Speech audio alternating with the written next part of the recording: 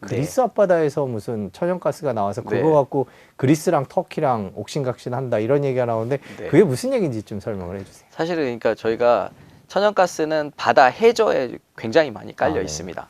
그래서 이제 지중해 인하에도 마구 찾아보다 보니 그 이제 그리스하고 튀르키예 그리고 키프로스 그다음에 네. 이쪽에 이스라엘까지 걸쳐 있는 네. 지중해 동쪽 해안에서 네. 천연가스가 지금 다량 발견되고 있습니다.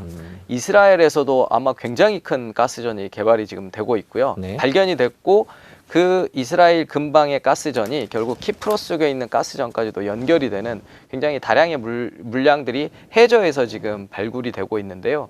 이거를 이제 이태리 정도까지 가스 배관을 해저로 연결을 하게 됩니다. 이스라엘에서부터 약 1500km 정도 되는 가스 배관을 이 해저에 진짜 어마어마하게 큽니다. 직경이 한 20m 가까이 될 수도 있는데 그런 가스 배관을 이태리까지 한 1500km를 깔아가지고 나중에 그걸 공급받겠다 이런 계획을 세우고 있는데 이거 한 10년 이상 공사 기간이 걸릴 거고요.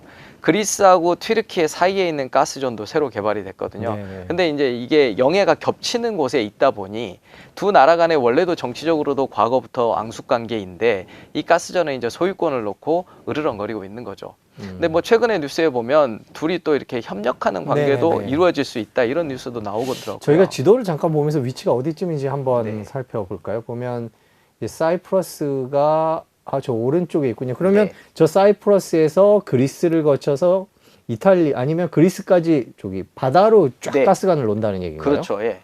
저 아. 사이프러 왼쪽에 네. 지금 이제 튀르키예 그리스까지 포함한 영해상 쪽에서 가스전이 발견됐고요. 네. 대부분은 사이프러스에 조금 더 가깝습니다. 네. 근데 그 가스전에 이 개발된 지역들이 이제 결국은 이 세 나라에 걸친 이제 소유권 분쟁으로 이제 번지는 이 거죠. 지도에 나와 있는 것보다 조금 더 왼쪽에도 그러네요. 더 네. 추가로 발견됐다 이런 말씀이신 맞습니다. 거군요. 이게 큰 돈이 될 것 같은데 저기가 그리스에서 되게 먼데 그리스 앞바다라고 불리나 보죠? 저기로? 네, 저게 이제 가스전이라는 게 해저에 깔려 있기 네. 때문에 이게 흘러다닙니다. 네네. 그래서 어디서부터 어디까지가 이제 이 영유권을 주장할 수 있는지가 좀 모호한 과정이 있기 때문에 항상 저런 가스전이 발견되면 이제 그런 영유권 분쟁을 벌이게 됩니다.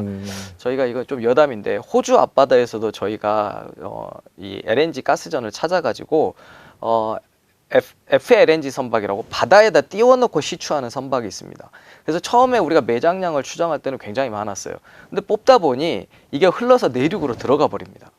그래가지고 저희가 원래 시추하려고 했던 매장량보다 줄어들고 있는 게 또 문제가 되고 있습니다. 그러니까 가스전이 사실 해저나 지하에서 돌아다니고 있기 때문에 이게 분쟁 요지가 굉장히 많습니다. 만일에 러시아를 손절한 상황에서 그리스나 터키나 자기네 땅에서 천연가스가 나온다 그러면은 엄청난 이득이 되겠다 이렇게 생각을 하고 그렇죠. 있는 거겠네요. 맞습니다. 예. 그 지역 말고도 북아프리카나 이런 데 보면 미국이나 영국, 네덜란드 이런 메이저 회사들이 이제 러시아 대신 천연가스를 공급하기 위해서 막 천연가스를 찾는 것 같은데 거기도 천연가스가 매장이 돼 있고 그런가 네, 보죠? 맞습니다. 최근에 이제 나이지리아 이쪽 서해안, 네. 그다음에 모잠비크 이쪽 동해안 쪽이죠. 아프리카. 그런 쪽에서도 지금 대형 가스전들이 발견되고 있거든요. 그리고 이제 전통적으로 아프리카는 유럽의 식민지 형태로 있었었기 때문에 프랑스나 이렇게 과거에 식민지를 갖고 있던 나라들은 아직도 이제 그런 가스전으로부터 우호적인 관계를 갖고 있는 나라들을 통해서 직수입을 하려고 노력을 하고 있습니다. 그래서 이제 아프리카는 지리적으로도 유럽과 가깝기 때문에 굉장히 빨리 공급받을 수 있다. 이렇게 지리적 요점이 있죠. 근데 개발을 하는데 이것도 기본적으로 5년 이상이 걸립니다. 그리고 20조 원 이상의 돈을 투여해야 하기 때문에 지분 투자부터 시작해서 이제 굉장히 많은 이권이 걸려 있는 사업이 되겠습니다. 우리도 모잠비크의 이제 가스공사가 최근에 나온 뉴스에 보면 지분 투자를 10% 정도 하겠다라는 계획을 발표했습니다. 근데 이런 식으로 해서 이제 천연가스를 유럽에 공급을 한다 그러면 아무래도 러시아에서 오는 것보다는 가격은 네. 비싸겠죠? 무조건 비싸집니다. 네. 기체로 파이프라인을 처음에 생산지부터 수요지까지 파이프라인으로 기체 가스로 보내는 것은 액화하는 과정이 없기 때문에 네. 액화 비용이 굉장히 많아요. 왜냐하면 마이너스 162도까지 온도를 낮춰야 되는 과정이 있고 그거를 배로 태워서 또 오는 과정이 있기 때문에 이 파이프라인 우리가 이제 PNG 가스라고 부르는 것은 훨씬 저렴하죠. 그러니까 러시아로부터 공급이 안 되는 과정은 앞으로 이 천연가스 가격을 어느 정도 일정 부분 상승시킬 수밖에 없습니다. 저희가 2020년 코로나 직전의 가격은 적어도 3불 정도였습니다. MMBTU당 유럽의 가격이. 근데 지금은 한 8, 9불 선에 올라와 있습니다.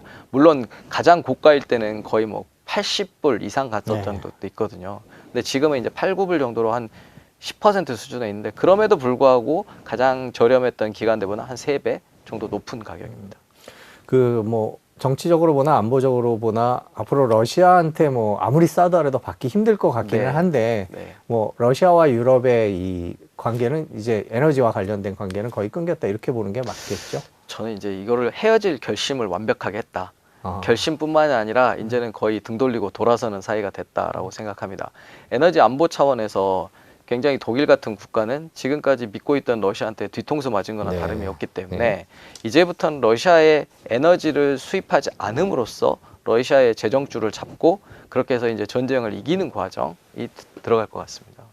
더 많은 뉴스를 보시려면 화면 오른쪽에 있는 구독 버튼을 눌러주시면 됩니다. 그리고 제보할 게 있으면 꼭 저희한테 보내주십시오. 저희가 열심히 취재하도록 하겠습니다. 항상 SBS 뉴스를 시청해 주셔서 대단히 고맙습니다.